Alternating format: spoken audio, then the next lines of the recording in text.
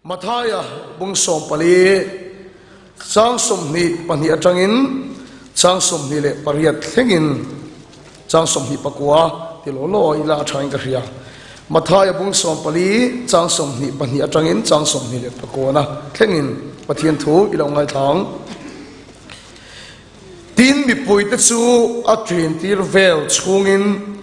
e hi changper pangale sanga pani manga mi pui a hrai zo chiat hil thleng khani timi puite chu a trin tir vel chungin akal mara lelama local masaturin zirtir de chu longa a chuan luitir ngala zirtir de chu longa a chuan luitir ta ngala timi puite chu a trin tir nuin trong trai turin tanga chuan a hankal hranga tin tai lam malo ni in chu ta chuan ama chawin ong ta a long ero chu kan khiang rale lama lo vakal tura ati tak long kha long ero chu di la taka om to a thin anilo zonga anem awangin tui phonin avor ta a tin khofing cha don lain dil chunga ke kalin an men lam aron pana tin sirti ta chuan ama chu dil chunga ke kal anan mu chuan mui tha ni so tin an thapanga lawin an out of maya ni ma sila isuan an ma ni apeta hala khamuang te kinom ro keima kanialom lausu atia pathian thu kan soi huna ko kan lo kheda tam zirtir te hian isuan mel yan mufia lo le mai helai chum sing vel hian isuan mel kha alia ani garing an suireng amaloga an khenta lukpo ni se an haikat maya amel an mufia lo ti alangani himasila chiar selang tin veteran achanga lau su thamong takinom ro ti o chu changa lalpa nangini chuan tui chuai ne na local thu mi pero atia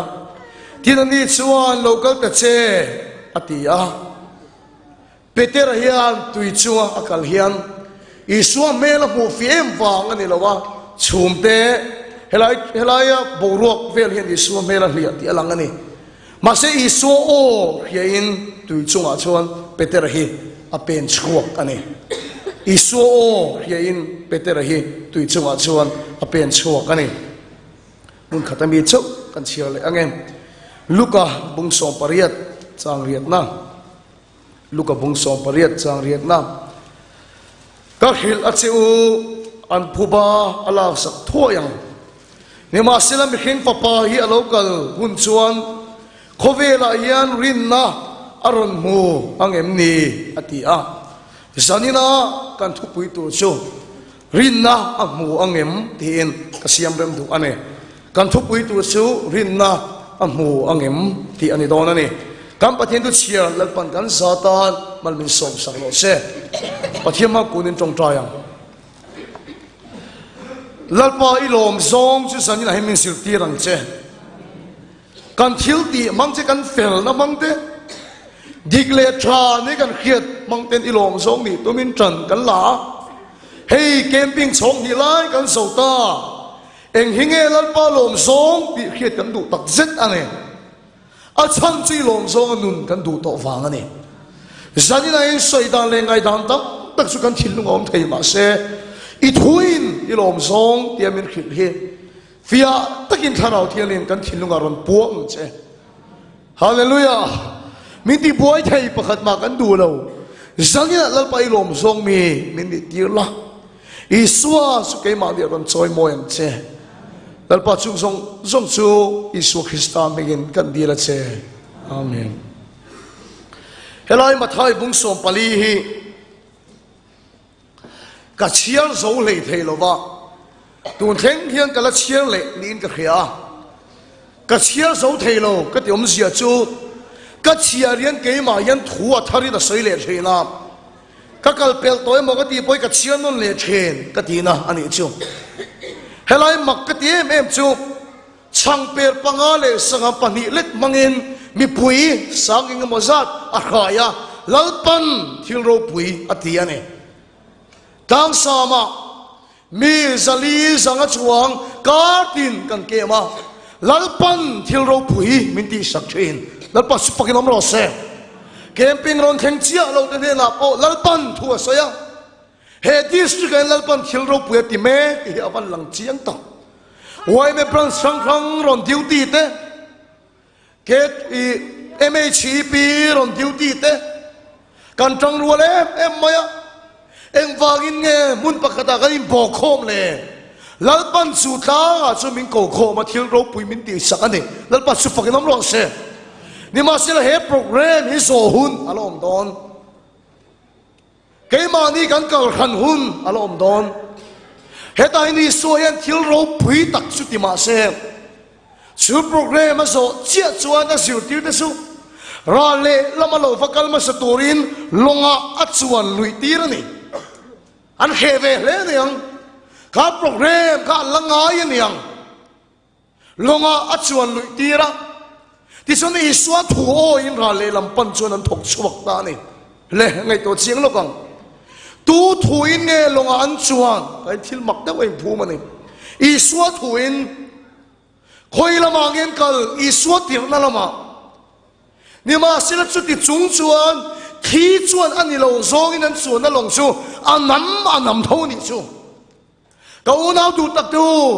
i swa thua kan tho chu awang te i swa wang kan pe na wang ngot hian he khovel har sa khi pui hian min nuai don lo ti na lam ani lo mi so chuan ani mo kan ti tat thin thum kha chu TV ke na nu pakhat hian thil a se ni adik lel hian ka hele maya he program a helal pan ni na kal ka dila ti chu ke en program a chuan lalpan rem mati chuan kan har sat nei min sukian sakanga min sukian sak lo ani chuan lalpan remati lo ti na ka ngai ang ti ne ma se ka lo ngai tha o lalpa yan remati awang yan kong hi atuang pur kherlo har sat nei min sukian sak kherlo asir tir te ngai po hi i swat tir na lamang kal i swat huin an kal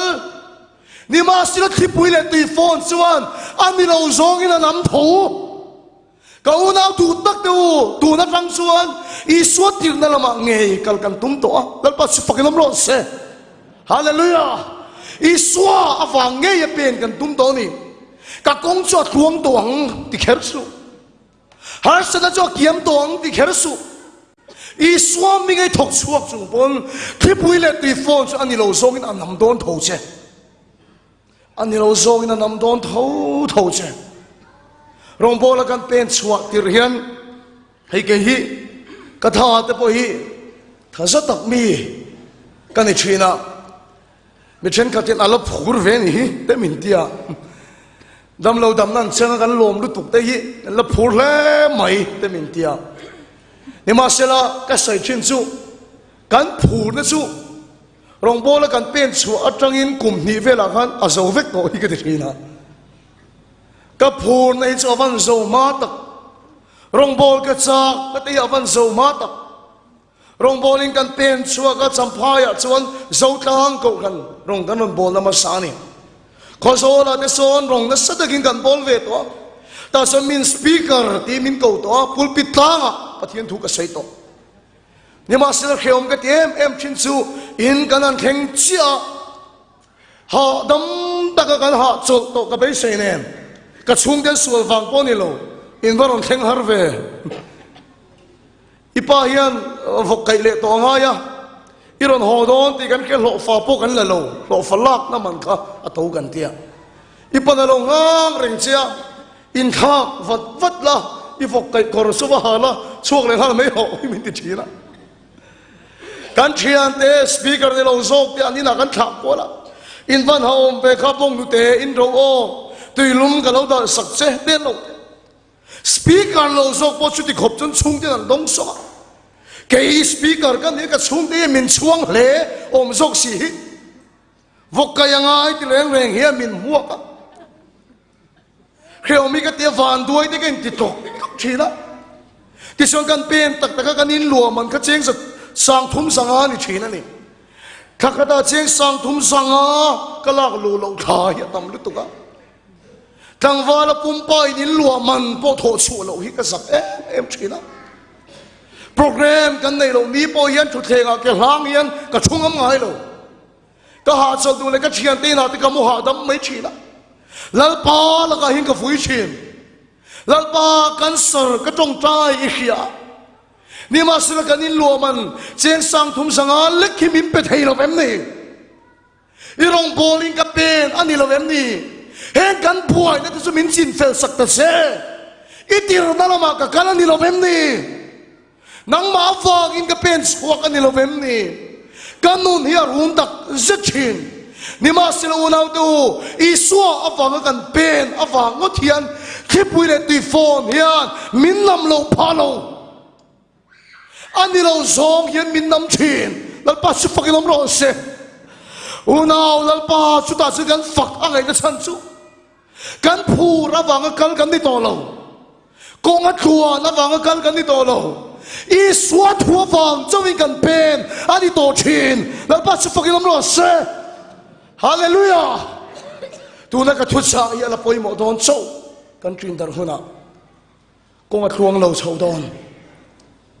i phur na te i lam tuina te khi pui chuan anoi ral vek don ta chen i suat huwa wang ni pen em ti heron lang fia don ani lalpa su fakin om ro se ko na ta chia chuan i suat huwa wang har sa ti chuin ani lo zo in khovel khi chun anam sok sok chung che pa i pen sel ni chuan i pen sel ni chuan en zui mang kha khi pui le ti phone chuwa kan i so aron kalani lalpa su fakin om ro se khi pui le ti phone kha hau re lo a chunga aron kalani kha har sana khi pui le ti phone kha akipa boya omani ti aron entira chumi chunga chun i so aron kalani kanuna hian lalpa hian kan buai na min hau re sak lo ma se khi hi ti top lo ma se chumi chunga i so kal hi ka van mun hem to tak em rong bo na kan pen chua tir lai ve tak tak khania barmaram abuai em maya tahana rong bo turin min somani ke ni lo kaltum pakhat po kha barmaram buai na khana sa em maya barma sipai le indian sipai anin ka wang ni a india mi reng reng chu lu tlangan phal lo top maya ka tong ngai nom lo song ni chung lo nga thu di ka ni boka ke ma indian male vai male an tiang pe chun mo chon ka le khal top tur ti khania ruate khoi hi lom khop maya ke ma lu thau chuan in kha thia mang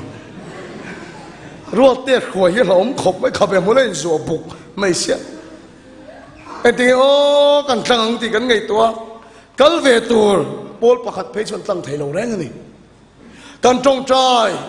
lalpa hian kal tur min ti ngei na thu hi kan dong si ni chumi tum chuan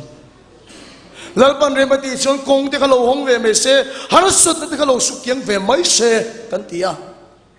ta sion sola chiao get kan ba khen alo kolo khop mai kong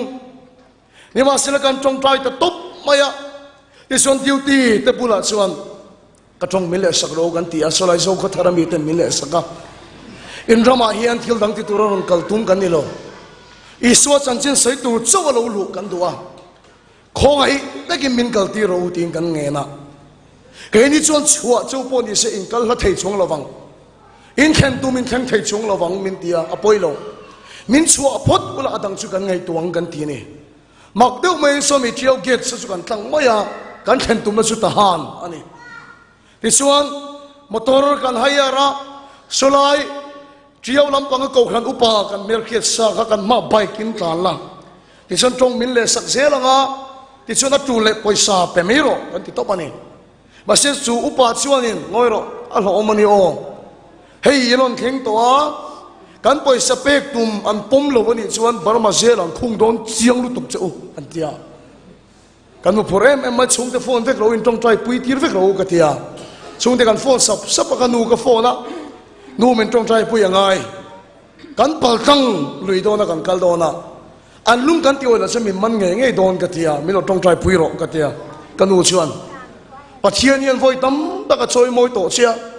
lalpa awa ka zel ta na nga yan hi pon ngam ro aron tia barma zela ta ni ka hu phur khop ma zabet zel run thim di le khabu ka chia zo lim kha ni kha zel a phai ka jan sei chu engen chak ber ni cho pur do e ya thi te kan ti ka tiang anin dang ti de ka lau khop mai lu du kan ni don bok sia ta chon ko kan upa chu kan kal tir ta zandar ye le chan ve ni ala ma khop mai gate ma saber kan va thenga ni ti chon le min va biak sak ro ka tia sipai ho duty na chana valut phaya avare yang reng khop mai kan lau thong khop mai su kan ma kal ko kan upa chu ron suak le speaker amak le tu rei do ka vadinga helai sipai duty zong zong an za vai nan mu hil vek ati ni chu an mu ma khop mai ri le chan ve ya mi mu hil chu kai thau du su ka tia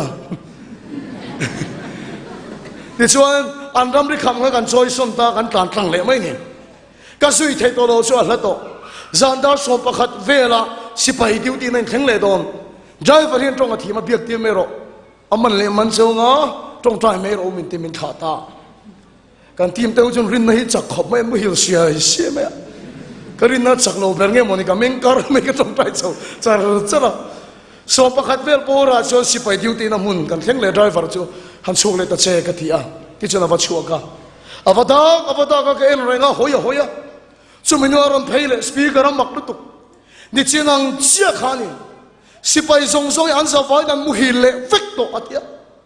meng pa khatala nom long mo min sing e katia ka hoi kol ve ka lo an mu hil vek ati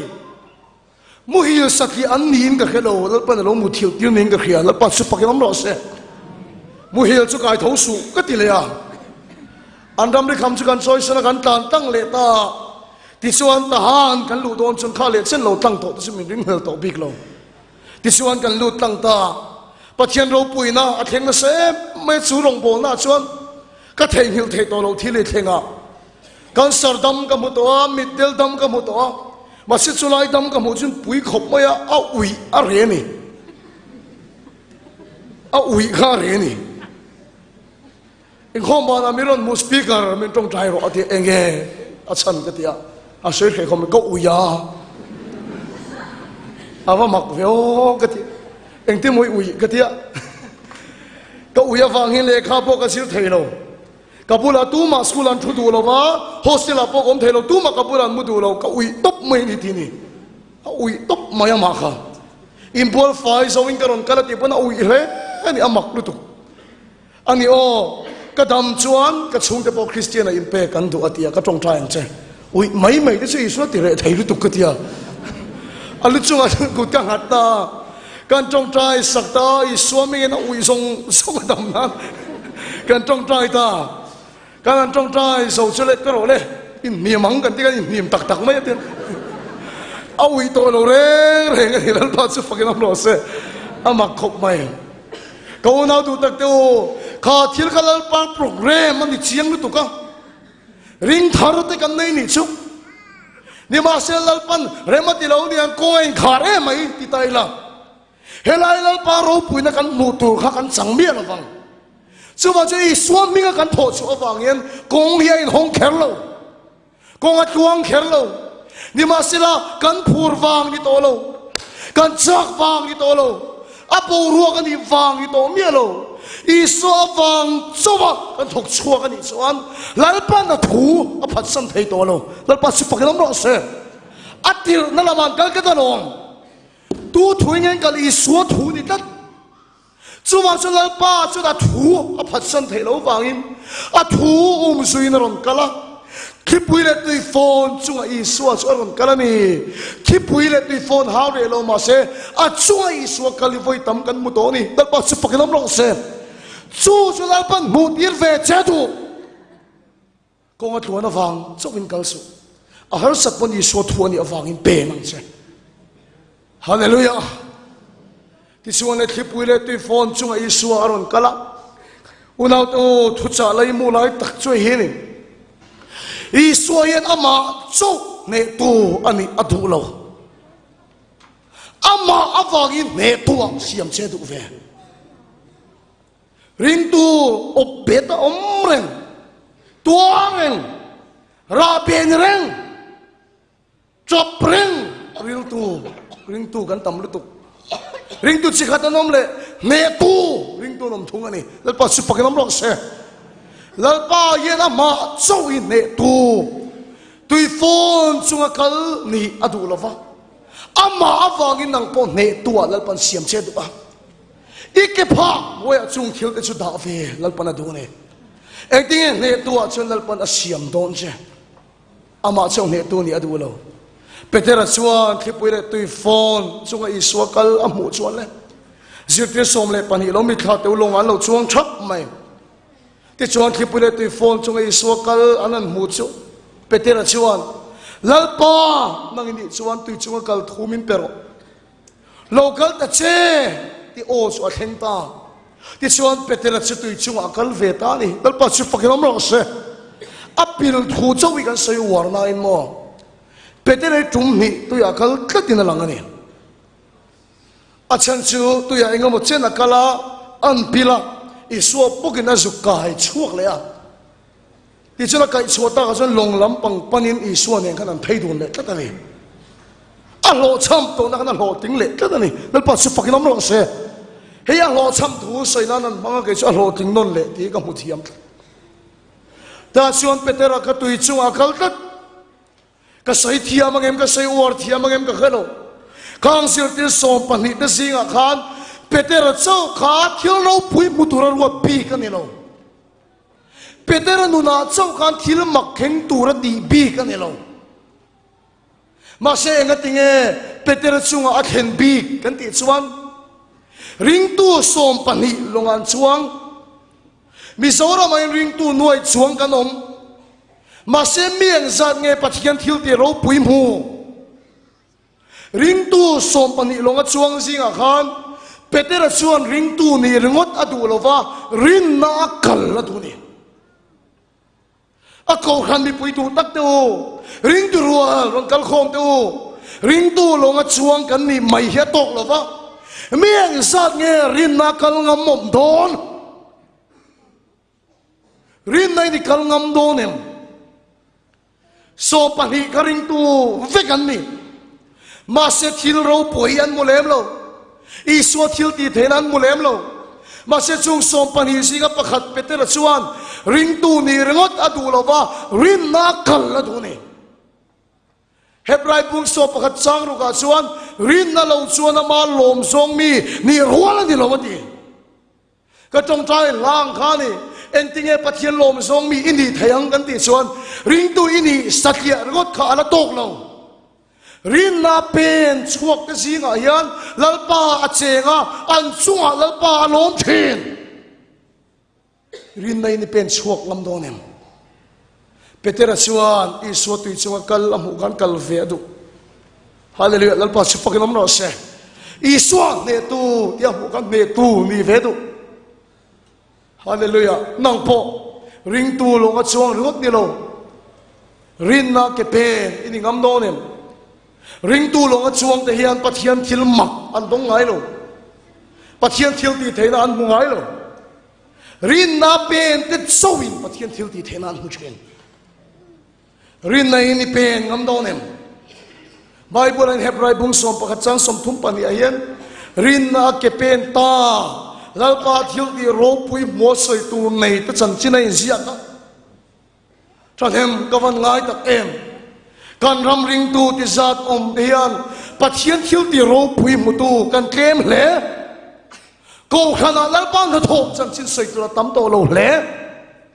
kan chung kwa ring tu chung kwa lalpa na thok soi tu tam to lo hle ring tu te hian kan ma mo chu ring tu ni mai to lo rin na ke kan pe na mangai lalpa hian rin na mu adu ani bible na kinain ho na lo en non ula iswa khan makti pani chia khovela nei makti dang hi nei lo jerusalem kul ro pui anan fan pui te khan a ro pui sin tum chu ti za chung kan sakania an petero den an chuang khop mai ne ma sele iswa jon ro pui ti vak lo heng lungin tiang i chim lo tu rom lo ti sakta mai mai masa isu ye mak ati pani bible ain zia kami pani chiam pakhat na chuan Nazareth khua rong ava bol khan an lo rin lo wa kan mak ati hle en sia ka ni isu hian mak ati chu ama rin lo na amu hian mak ati thin mak ati en sia pakhat om le a sipai zau tuina boy nu ta ni suwa arin zia amu khan talpa chu pakinam ro se arin na va en chuan mak ati hle ati en sia ka ni isu hian mi khing papa hian va na tanga khovel aron khir hian mak ti pa nei chia nei chen ama kan rin lo hian makati lea ama ring kat tu te rin na ke pe ngam ma bu hian mak atia aro pui na lan dira chak chen ko khan le ring tu chung ko hian alan da nang ba hian kan pe ngam to lo unau tu rin nai neng sa nge sanina hian pe ngam tu chou chua omang o ti ka ngai to ni ring tu sakia ni atok to lo rin nai in pen ro khasir ti som pani singa khan som pakhat chu longan chuang ring dun ni ma se pakhat chu rin nei na pe na tui chunga kalbi ka ni dal pa chu pakam ro se tui chunga kalbi tura ruat ni lo rin nei na pe na thil ro pu chunga khenga ni chu hebrai pung som pakhat chang som thum pan ya khan rin na fak lo te chung chang in sia ka chung ring tu sakia ni lo rin na ke pe te son fak an lo pathian thil de ro pui chan chin soi tu tam da kan nu na a khenga pathian thu ti ham te an chang ati dal pa su pakilam lo se ro pui ka ti la tu ti song en soi fia kan tu mang o in to khom na kar to pa kan ne ya veng thar ko khana kan follow up chawa follow up bo ro ka tel tu ren mun khang khang atang mi non kal khom bo ka ni en tir na ka mang ani chu ti chon Peter pakhat hi upa ku ngate na hian a thleng ta tlai cho ai ma de wa thim pui sen ani lai chuan an kom thanga chon tlangbal pakhat au mai report ti khia ta au mai o chu Peter chuna khia atira chenenga man ngai lo ma se au rei ta si pupa ku ngabula chuan pupa ku tunge chu tlangwal chi khiat zong ni hem atiam pupa ku khate reng mai tangwal ruột puya ni khu mo ruột te à kan de thina khu kho be dong khop mai ete kan ve ngai na ron lu dan chi po ka khelo ma se om rei ve to chu Peter chon pu pa ku ngabula chuan kapu engati skuti em aruya pathian ni tlaya le nga la te a be dong em ani ama kho fakha boxia a pian mai na chung den an thi sana afakhae mani an rui tak tak phei chu ti boy tura mu to lo chon thir ban te chawa arui em mesel au mai kan vengo chu nga ya kan nei to atia a mingan sei chia mai ruat puya tian sei ka chu Peter beng chu ver zar mai ruat puya khoi venga tangin nge in venga na ron kal khem an ti cha khem ya lo khoi ta ki pupa ku ming ko chho sak te atia ruat te chu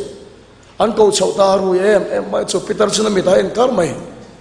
tangwal tu moi ming pumir khilte la ruat pu chak chuak nam ne na khidani chu Peter thin long chu khoi tat ini le nu le pa ming i hiam atia kapi kha chuang lo wang ka pian mai min thir san to soi mai te tangwal min khil ro ti kan soi khim khewang ya ti nu le pa min chu an soi le ta chu Peter mit tu chu ran nam sok tangwal ka khelu tuk che ipi kanya inu le pa bora lai khan mi sora ma kom lova karang ho mai theilo ral khata tangpon ka chap na sa si no nang hi ni ka ngai to che kong chat fe le karon ho a nima sela chung den an la to an ti bok si che ke Peter mai hian karon song mu thei to lo che ni kadam chungen son mu che ka tuma ka tong trai thin pathian ya van thatak em ka muta che ka van lom ta kadam lai nge na te ko ta ngoi mai tangwal i fakha lo i re thei lo tak zet ai zo la khon in lian tak mai na inu le pa te nan ro chun i re thei me lo ni oi ho sal ram po zau ta ki nei ka fakha ti to ngai su tin chu Peter chu na khilani ma se ruat te hian oi du tat lo se ka pi min bum su iti mai ni ti tat se ai zo la atana aro chung tur om chu pakhat ma aloi na chang thei lovang rin na chumo thil ngai khiat na thil mu lo te khiat fian na ni thil be sei te ngai khiat na ka sai non le ni mu lo te khiat fian na ni ruat te chana isola in le lo ro pui so la mu mi lo ma se chu pitar thu chu oin ai zola rin nei na pen chuak ani chuan ata na thu tiam chu chang do na ni lal pa su fakin ro se kau nau du tak nang po lal pa hian ita thil ro pui tam ta ka da a thu tiam tam ta ka da chut mu na chan chi ani lo pen chua chan chi ani hallelujah lal pa su fakin ro se thil bu lo na khiat fian na ni a mu ta a wanga pen tu na ni lo wa chú thủ cho yang a pe na nga ata na thu tiam cho chang don kau na du tak nang ngei po i mu fi awang ni lo lal pa thu ani awang i pe na ni chuan lal pa cho thu chang thin chung pe ngam de chuan pathian thu tiam an chang thin lal pa si fakin am ro se rin nei lo pen ro rin na pen te pathian lom zong mi an ni ring tu long a chuang ringot pathian thil ti ro pui mu chuang lo pathian na tho chang chuang lo ai chun rin na pen chuak ni ka du tak zet ani chung rin na pen chuak ngam te chuan thu tiam an chang thin sakei bak nei kha den ti chi sak thin lal pa su pakinom lo se sakei bak nei kan khrem sakei bak nei chu dan thama mi chu i so sei la ni sakei bak nei tho in chalin a se tu song a phiruai chu setana ani helai mi tak hi chukan melma setana sainani bible kha point la po ka thin lunga om na khop maya isole setana anin be khan setana na kal san khan rem chang hundang zongin beile turin akal sanati mase bible kha en non la voi khat ma iso ma akhing khan aronin lar in mutolovang ni ma sila setana khan eng tika ngeron themle aron beile kan ti chuan midang kal tangin aron beine peter kal tang den iso karon themane iso chana muthiam em maya diabol ka hunga kalro kauna du tak to akhir kha ni sit nei min din chil polo ma se midang kal tang ye min se atum thina midang kal tang ye min liam atum thina midang kal tang ye min ti chak lo atum na sa le thi sakei bak nei kha ten ti chi sak tu ten mo ti chi sak rong kan bol na point na sapikin setana hian midang kal tang te min se min liam atum na sakhin masika nun ken let le hian mi hi ka thon vak ngai ka hello mi ka biak chat em po ka hello ka biak chet po ka hello achan chmo rong bol tu mi biak chat awanga ra bi sang long ka tu lo achan chmi kan biak chat rut chuan pathian ni na min choi san kan ni chuan si lo chu ha thak ka tia he ta mi dang ti lom mai la dang hin lungoi lo le mi dang ti lungoi reng tu ma nun hi ke chu ka pe ve lo ani chuai chon ke chuan nun ka du chu rin nai ka pe na nga pathian thu tiam ka chang zelanga pathian thu tiam mi ke ma omani phot chuan mi dang hi an tong reng lo wang ka ti thin lal pa chu fakin am lo se mi mamo kol ka tum chen mi piak chat ni lovin mi te mamo pathian thu tiam chan ka tum chen longa chuang ring tu ni lo rin na ka pen chuan pathian thu tiam ka chang sel don rin nai ka pen na pathian thu tiam ka chang sel mi mamo kol sel ka tum chen ram lun no da hian atira so ka hel view thina kan pi chan sin ka sai hian amai man to thawa soi tang mai la poi to lovin ka hiam biakin kota zon dor pali panga velen tharani ram no presbyterian being kota ta chuan a ming em chu sei lo vela nu pakhat kan pho chopange ain khedon thowa in chuan nu kimi ante hi oma dor pali singa pakhat chuni akol ama te ya te re usia akol se mar chu te thak hi anga hau lo ram hi ram lu no mi puya chuan nei phok ala khelo ram lu no chu min hau chuak fak tong pastor po hau thu aturur tu thong ka chu thil lei ka tuma ka pot zeu mana karilu ka thak le la ro atia engati mo ka di po tho khat ti khat mai ni turu ta ka ni kan ho pan deuh lai hian a ming chu kimi ni lo nia kimi lo ta se pikim toi an de thina a ming ngi mo ka ti ha zingara dora thil lei to ka pikim to eng mai lei lo thak tak hi ni lom tak hi ni mi po hau nem to ati vui vai nem to lut tuk ran lu no mi pui hau lo an hai ka ring lo ka ti su ti cha dora kan choi ka van dor to om lei lo mai chu na min hau khep khep kan tia lungoi lo deu hin kan chuak chi dor to lo tum hin kan chok thina ne ta sa thei chung cho ma dor lo hi kan dor ve chat chat mai ma se mi dang dora kan kal hian mi dang hian kan du hian lo kol kim lo ani ama pok chu lo kol kim mai thil ama kan dor du ran chu chan maria dei te fakala nga ya chu dia fakala chu ama la kan chin rim diu man kan van lu ta kan van nui der le ve la pikim kan ti kan van nui der le ve mi a pe cha ni lo kan mamo akol ke ta ni rin na kal te chon pathian thu dia man changa sakai bak nai kha den ti chi sak chen lan pa su fakin om lo se rong bol na hian mi kan biak that awangin mi sora ma hian lan pa min mang tur ani lo rin na ke kan pen chum chu pathian thu diam kan changa mi te mamo kan kol sel don ani hallelujah kau nau du tak nang po he program aso chen rin na I pen angai chan don ring tu satya longa chuangi chuan ka longa tu lo ka pil mai don ni tianga tuk le tak fo min yom rai nang ma serin na ke pen te chuan khipui le ti phone chuan kal thin nal pa su fakin lo se ne tu nal pa da siam thin hallelujah zane ga fui da chu ring tu satya ni su rin na in kal ro ti ni aro poisin namdang in do pol ten tan siat tir chak lo na ta chak tak siam in nom ti te hi a tha ka van ti tak chak lo na ta chak tak siam pathian hian kan nu na po kan tim nu na po kan rong bol na po rin na mo wang hi kan chung na lom thin ka hian hallelujah dal pasu pakin am ro se pathian thuang ani chu kan pe na har sa da po rong kheng ma se I su hi tu chu kal kan hu thin ram ba mo rong bol na tran ni don khan a thailo sia lir hian min chema kulai rang pa mula kher chon kem lo mai ro ti zong min nam sok sok reng ani ti chuan rong bol dan tur ka hau tak si kan poisa nei chan dan ma sapel su na kina inu na pola pui mo zel ka ring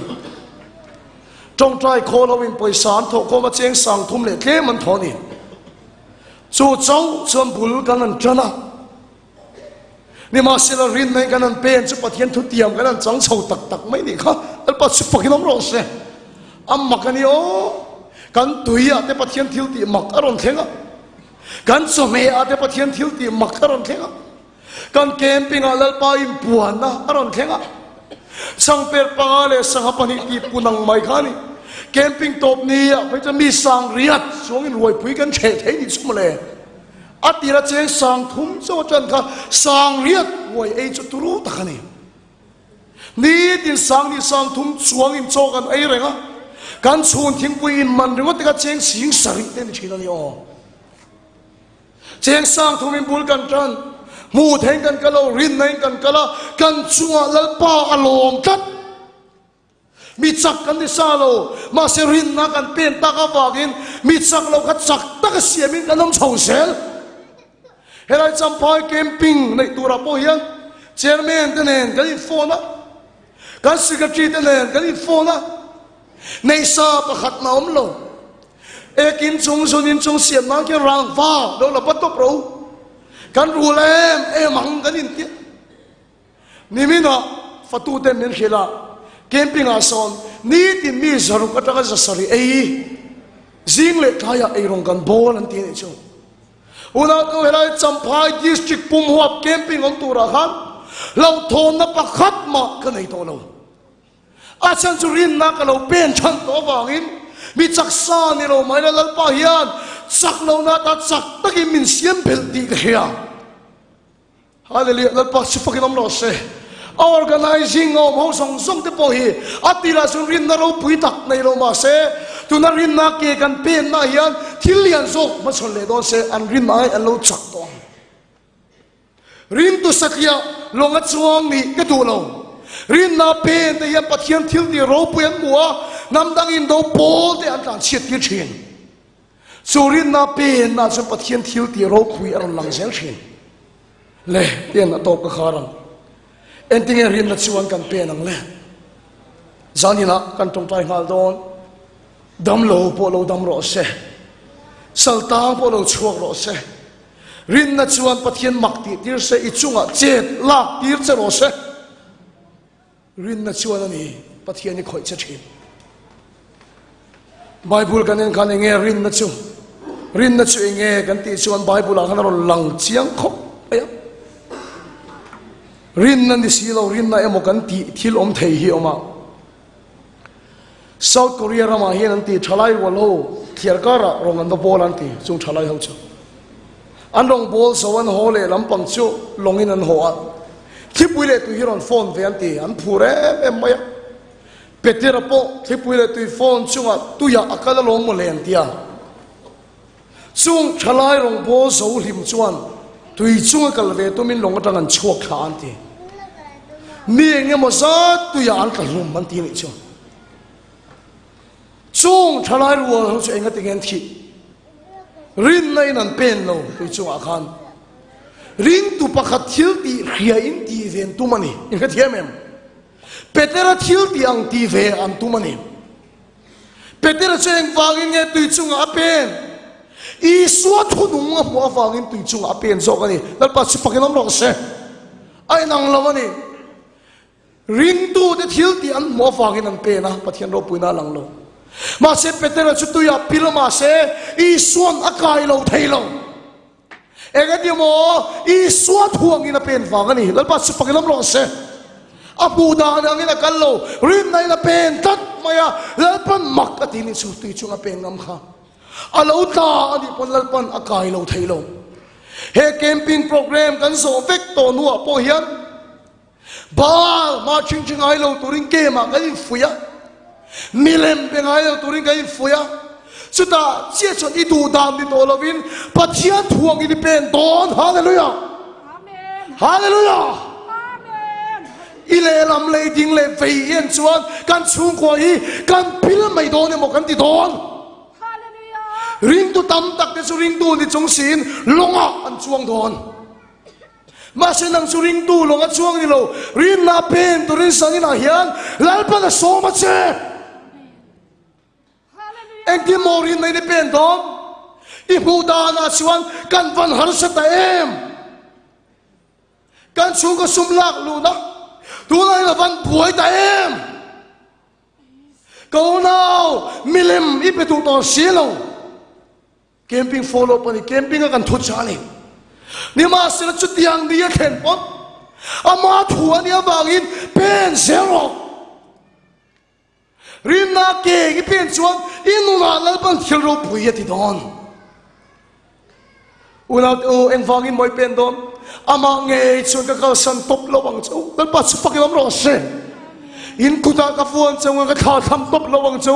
ngai te ka kuta tenin mingka sia hi ti lalpa chupakilam ro se chung rin na pen te chuan pathian an thoi cha thina thalera an tan mana aron su thina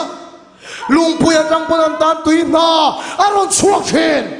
chung mi te rin na fak lo te tiang ko an ni thin hallelujah cham phai en ring tu eng sa nge om lalpa na song lo rin na ke pe ngam eng sa nge om don lalpa khoi cha thei tu eng sa nge om don ring tu sakya kan tam ma se kan chung kwa le kan veng ai lalpa achelo he longa chuang ring tu kan tam ma se rin na ke pen ngam lalpa na hu chuan mak ati don ani lalpa sapakinom lo se tui chungai kal don ama thua phat sang phelo lalpa sapakinom lo se Misora ma hian ring tu kan tam rin na pen ngaman kem he ko han po yan om sa pa ka kan pen ngam do lo lalpa thuan ya fa kan pen ani chuan thil mak anu theng thin lalpa su fakin am lo se kan camping hi mak kawan ti tak tuna report am pe khan tun kara kan nuai thum kan mang mo amak hi kawan ti tak em hu theng kan kal lo rin na in kan kala namdang in do pol te kan tan chiat til me ka hallelujah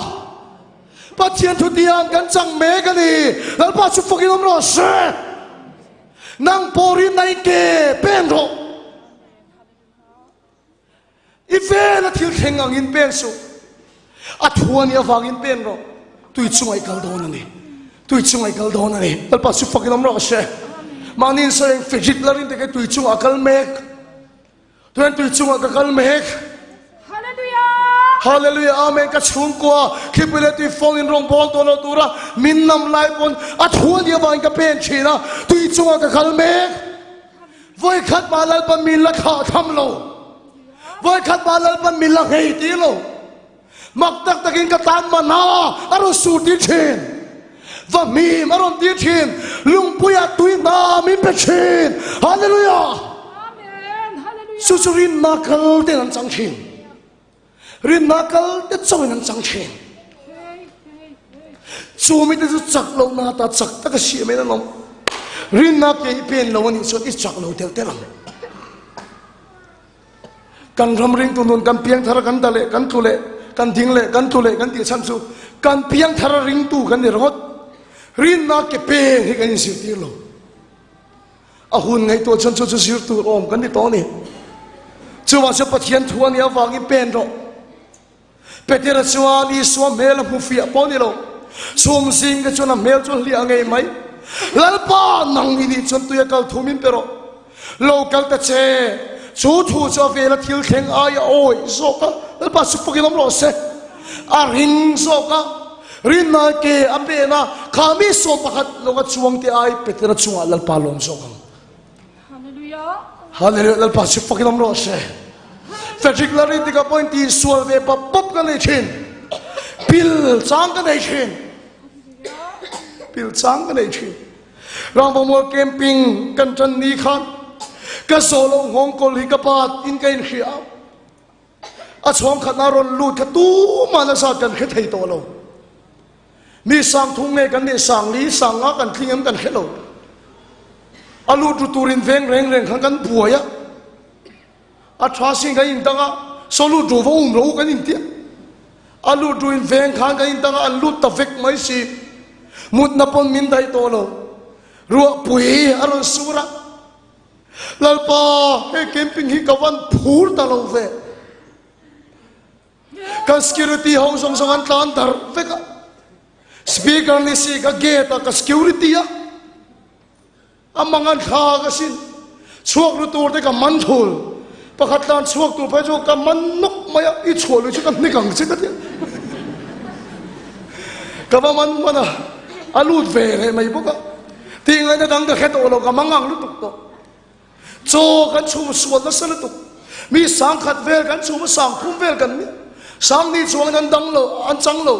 khe kan khong sup sup ma aban mangan thak ro are thei si lo ta chuan rang ba mol khutlang mi pui min theng ro kan tia Presbyterian biakina Salvation biakina Baptist biakina community hall an riak kalai Presbyterian biakina riak te kan biakin bathara zu den lo ina Baptist biakina om te kan swal thun tu te nge an lian khelo fechika takisu ti nge me kan vega bol lo lo mi sarama mi swal ron khoi lu to min tia ka mga mandang tak lalpa I thuin ka pen ani lom ni tia ka chaw tak zet ani khami sang khang bu fai be khat sau pu zo ni la bek thum bek li pu op rok ki ka in ka khia khotha ka nan ri tira ta sun ka ho ka chaw lu tu kina ka mu da ngai ka tia jingdar sari vela ri kian meron phone tong trai tu khang speaker he ta thanga mo song song kha aron not so vacant eting kan khosak ta gang o ting ka boya unau maselal pan kan harsat na khipure tui phone kha min hau re saklo maserin na pen kan ni awain kan chunga lalpa lom tat ka fa pa kho top chuang lo lalpa chu pakinam ro se ani thia lo khan chong zai re lo hallelujah harsat khipure tui phone chu noi ma se to pan tum lo top kha cha omasin ding le vai salmon line duty kan in da tok achan chu ka salmon line ka ta kha tok in chi bai tu ka dong ring zai thiam sai lai ti in beng chini kan nang men chi bai reng tui takin kan salmon a chenaron chwa ka bedding a bod a silver a bod an khe lo re reng kan salmon ti ka re moi lan khoi thun a chen chu chap char ku de mon de koram pheron vai at lalpa ya mi dong pui ta lo mo ti thei ani tak me mani awan mangan thak chi tak ni lai thot ran zana thu ka sei lai me che pa ta ron kala kan phim tlang deng ka khia kan em chap pe te thu ka sei lai den ron ding mi ron ena engei tia kan me te ka tia en moi ti aron ti re chin kan camping ka che pui tak kan ni ni ma sila lalpa kan chunga alom ti ka khia lalpa su pakam ro se rin nai ke kan pen tat rin na ke pen dam chin mi pathum le kan om po hian mi sora ma pathian da tho alo khen chin hallelujah cham phai en ring tu sakya ni lo rin na pen ngam eng sang ke om don su mi te chon pathian thu dia man chang chin nam dang in do po dan ta chia ti chin sak lo na ta chak ta ka sia me lom chin hallelujah nang po ring tu sakya ni su rin nai pen ro isum don na ye zon na amang ini thai do don lo su chu ne he thu chai sa ya sei ka du ni ma se rin nai pen ro risk ka te lo ama thu diam ani abagin pen ro dal ba su pakem ro se a thu diam a phasan ngai lo itan mana asu tirang aro puisin ka camping a champhai am chi thil pe karon lut na se em mai atira cheng sang thum nei kha trong kha chi ka mangang ve trep mai tui khap cho hi kan nei to atan tu kha sang ni chong kan ni si tui po han order pe la khap chok nei to si ka mang so man don kan mangang to kha tui kan order don em ni kan ti line kan organizing committee mi pakhat aron thenga ngoi ro lo order lo lok tu ka motor hian tui phur so pani vel kan tan pela kan ta turan ni mai thai sin tia kan tu in charge te kan get alo va en khi khai ke sen tia get a kan lo va chang top mai pick up ma kan rampum hop camping tui tur teron in si ka ron lut tak tak mai amma kan alu de kan lei teu thei ni lei tur kan siam man an chua don tre pa alu bek de ron khenga unau tu pusang khang ke matien ti te pathian thil di ro pui a chang dian soyang kha ka phu ve to sin hallelujah mi chan china chawani lo ka phu ve to sin ring tu sakya kani talowa rin nain ke ka pe na pathian thutia maron theng se ani lalpa supoki nam ro se sena tir ko namdang in do pol kan vantla chia tir na sa to tak em he district ko hian lalpan tun asong mani na tho na muna milem betu to lo rin na ke pen ngam eng sang eom itan lalpan tuina lu pui tangaron suat tir don lalpa supak nam ro se manar su tir don rin na ke pen ro zanen dam na be sei eng sang eron in khom kadi chut to patam hak su I chut to patam hak su pathian thu pakhat lo chuak ka khilang se avuak na vuala te chuan ti damin kan nom ta ti kan lom do na ti lo yom hun nak su kan nom ta ti zo to ni dal pa su pakilam ro se ti dam eni to na su rim na in ke pen chua pui ro thil ti tel lo chun thi ne hallelujah lal pa su fakin amro se ruat te khan ai zo ile lo tha nei te kha oi du mi lo se thu khiat kha apen chuak pui lo cha chang don lo ma se zuk pen ngam chia se ata na thil ro pui kha zu chang don i suwa chu in na song song kha ti dam an ti don ne lo ti dam an ta chu i dam tong na chang tu chuan rin nain ron pen chuak hallelujah lal pa su fakin amro se rin nain ron pen chuak ro zanina hian nak tu ka tang in tho tan atang in rin nain ke pen ro i mu theng gal su rin nain gal ro a thuang se lian pen ro ani lo song chon nam sok sok che ma se pil lek lek don in rin khema la lal pon a kai chuak se lang che petera tu chunga voi hi kal ka ti kha lal pa su fakin amro se tu chin ti sual chin ni ma la lal pa da kai chuak se lang che ituk to na chuan amma nen tu chunga in kal to na ni ring tu ni su rin na kal ni ro rin na kal te chuan pathian thu tiam an chang thin zanina pathian thu tiam mi lo cham thainan i dam mun ha ken thu lo la i swa ti dam ini to avok na vol dia chuan ti dam in kan om ta ti kan om do na ti no hallelujah dal pa chu pakin nam lo se tuna hian kan ti mami murte ya khosik lua nak tu ka adam do na ni no i swa chu na khosik ti dam anita hallelujah chu thua khi da tog lo khuma mu to lovin apen chhuwa na zela khan pathian thil ti thena chang do na ne rin na pen da chuan pathian thu ti man chang thin lal pa su fakin am ro se ze dam na pe sei tu te o ti dam ni to ti dam ni to ti dam ni to hallelujah i so so thi pui le ti fo so ke ngoya rap pe to i so so me du lo me tu a sia ve che do amen hallelujah chu tu chuan le pen ro le chu tu chuan pen ro ti dam ni to i taksa en su i din hun en su i le thei len su i poisa lak lu en su i suwa chuan heng song song i ra pe ani to ti hiein i suwa en chu in kal ro chu mi ti su tui chunga ankal thin ani zanina hian tui chunga kal ngam tui chunga kal turen sang yom don voine hian lalpa thil ti ro pui chelo theng toren rin na in eng sat nge he district chunga hian pen ngamom chu mi te chuan pathian an khoi che dona anom na eng sang yom don tin lalpan ni somani kan thu sei lalpan kan satan mal min som sakro se